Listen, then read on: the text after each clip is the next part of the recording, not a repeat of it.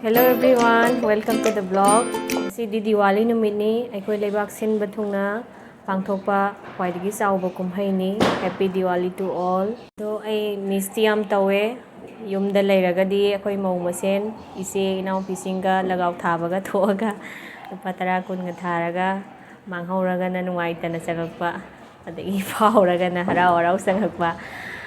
I really miss those moments. So lapna leiragasu kasum kaide sidasu harau harau adum celebrate tauri dakoi nempo yam miss tawe maga lagaw thaba thokminaraga lakpada kwaga saminaraga changminarapane handakti handasida leire imana Manipuri na hayeng Diwali ne koi sidana nong mahale palongi Diwali oina handakti celebrate taure ado ngasidi aina Lakshmi Puja taujari yumda aina angamba khara kachari pochai yamba yamdaba leiruraga aduga nungdang wairam mai yengbasu sattori adu mayamdasu video mateng matek share taujarake agi channel asibu like subscribe taubiro mayam yengdi yengbi do subscribe ti taubide mayam nungsibiduna agi channel asibusu mayam support taubiyo amukasu hanna like subscribe taubiyo aduga agi channel asibu nungsibiduna yengbiriba khudingmakpusu ainingai leitana aina thagachari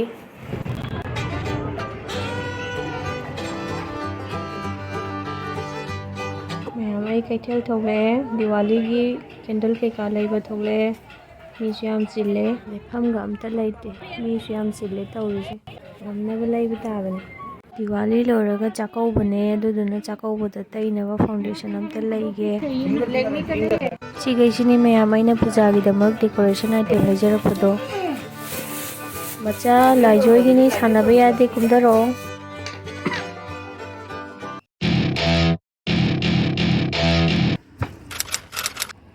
Good morning ma'am. Ayun munta ni. Ayun pung taret mo kaya si.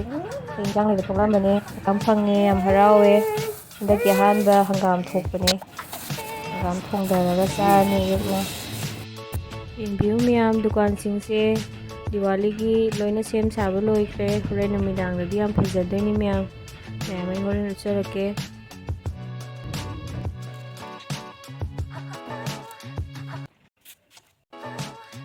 Ngarang leiruba decoration jingdo khara khara napsinjare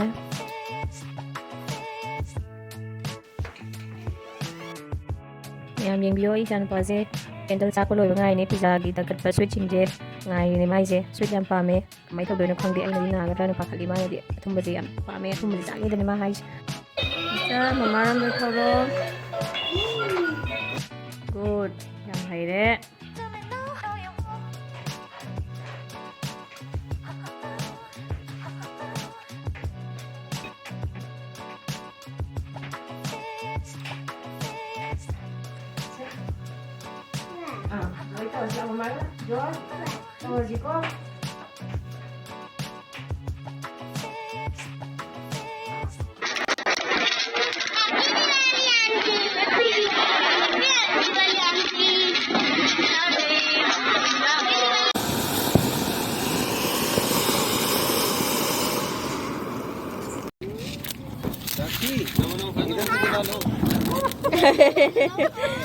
Mami रो रही डर लग रहा है मैम आई लंबी द थोले मई येंग बथोले फजा फजाबा थेंगरगदी नमके सी मफम जे फजाद्रा मैम मसजिदनी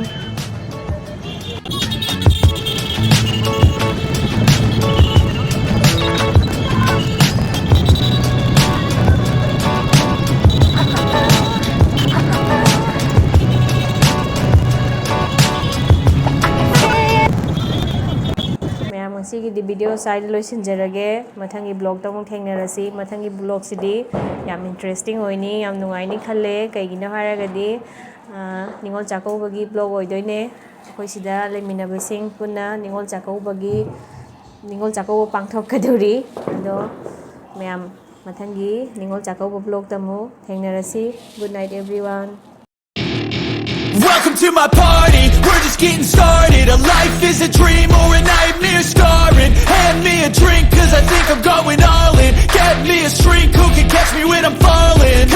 my scars, flip the handlebars, crashing in my car.